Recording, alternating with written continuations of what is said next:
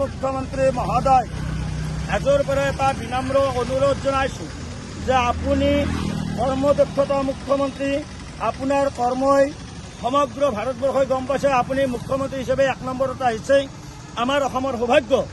কিন্তু মই আপোনাক এইকাৰণে বাৰে বাৰে অনুৰোধ জনাইছোঁ, হাজোৰ পৰা যিটো গুৱাহাটী যোৱা মূল পথ, এই পথটো গোটেই আমিনগাঁৱলৈকে পুখুৰী সদৃশ গাঁত হৈছে। এই পুখুৰী সদৃশ গাঁত হোৱাৰ কাৰণেই আনকি ৰাস্তাতে মহিলাই গৰ্ভধাৰণ কৰিব লগা হৈছে, ৰাস্তাতেই আপোনাৰ বেমাৰী মৃত্যুবৰণ কৰিব লগা হৈছে, এক্সিডেণ্ট হৈ বহুতো মানুহৰ প্ৰাণ গ'ল, বহুতো বিকলাংগ হ'ল। গতিকে মাননীয় মুখ্যমন্ত্ৰী মহোদয়, আপোনাক বিনম্ৰ এইকাৰণে অনুৰোধ বাৰে বাৰে জনাইছোঁ, হাজো পঞ্চতীৰ্থ বুলিলেই বিশ্বৰ ভিতৰত এখন একেবাৰে নাম থকা ঠাই। এই পঞ্চতীৰ্থলৈ হাজাৰ হাজাৰ ভক্তৰ সমাগম ঘটে, লগতে ৰামদেৱ মনসা মন্দিৰৰ ভক্তৰ সমাগম ঘটে। এই ভক্তসকলৰ লগতে যি জনসাধাৰণৰ যিটো কষ্ট, জনসাধাৰণৰ যিটো ৰাস্তাত মৃত্যুবৰণ কৰিব লগা হৈছে, জনসাধাৰণে য'ত আপোনাৰ এক্সিডেণ্ট হৈ আছে, এই পথছোৱা যাতে আপুনি সম্পূৰ্ণৰূপে আপুনি যদি ভালকৈ চাওক, Hajo SDC office, Hajo police থানা, হাজো ব্লক, এইবিলাক যদি চাই আপুনি একেবাৰে ডাঙৰ ডাঙৰ পুখুৰী হৈছে। এই পুখুৰীবিলাক আপুনি সম্পূৰ্ণৰূপে বন্ধ কৰি যাতে পথটো সম্পূৰ্ণৰূপে মেৰামতি কৰি আপোনাৰ যে অসমৰ যিমান উন্নয়ন কৰিছে, এই উন্নয়নৰ লগত হাজোৰ এই ৰাস্তাটো সম্পূৰ্ণৰূপে কৰি উন্নয়নত যাতে আমাক আপুনি যোগদান কৰায়।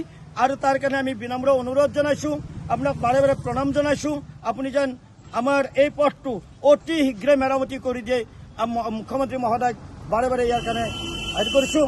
লগতে মই ইয়াৰ পৰা আকৌ এটা বিনম্ৰ অনুৰোধ জনাইছোঁ, দকনীয়া ৰিজাৰ্ভখন যাতে সম্পূৰ্ণৰূপে উচ্ছেদ হয়, সেইটো আপোনালোকে বিনম্ৰ অনুৰোধ জনাইছোঁ। জানে বৰ্তমানৰ যিখন অসম চৰকাৰ, বিজেপি চৰকাৰ, আমাৰ শ্ৰদ্ধাৰ বুলি কৈছোঁ, শ্ৰদ্ধাৰ মুখ্যমন্ত্ৰী ডাঙৰীয়াই চিঞৰি আছে উন্নয়ন হৈছে। মই ক'ব খুজিছোঁ যে দিছপুৰ আৰু আপোনাৰ নিজৰ সমষ্টিটোৰ উন্নতি হোৱা মানে বৰ অসমৰ উন্নয়ন হোৱা নুবুজায়। আপুনি হাজোত আহক, আপোনাৰ বিধায়ক, আপোনাৰ বিধায়িকা কি কৰিছে আহি পেলাই আপুনি পৰ্যবেক্ষণ কৰক। হেলিকপ্টাৰ লৈ নহয়, আপুনি ৰাস্তাৰে আহক, আপোনাৰ ৰাস্তা ঘাটৰ অৱস্থা চাওক, আপোনাৰ শিক্ষা খণ্ডৰ অৱস্থা চাওক। বিশেষকৈ মই কৈছোঁ হাজোৰ এজন বাসিন্দা হিচাপত আমাৰ যিগৰাকী বিধায়িকা, প্ৰায় 10 বছৰ হ'ল তেওঁৰ বিধায়িকা হ'বলৈ, কিন্তু আপোনালোকে হাজোৰ কি উন্নয়ন দেখিছে? আজি যি মূল পথ, হাজোৰ মূল পথ, সঘনাই ইয়াতে দুৰ্ঘটনা সংঘটিত হৈছে, যাৰ কাৰণে হাজোবাসী ৰাইজ বিভিন্ন সমস্যাত পৰিবলগীয়া হৈছে। আমি দাবী জনাইছোঁ অতি সোনকালে আমাৰ ৰাস্তা মেৰামতি কৰক, অন্যথা আমি ৰাইজৰ সহযোগত আমি জংগী আন্দোলন কৰিবলৈ বাধ্য হ'ম। যিকোনো খবৰৰ বাবে যোগাযোগ কৰক 7099017330 লগতে 7099017110 নম্বৰত।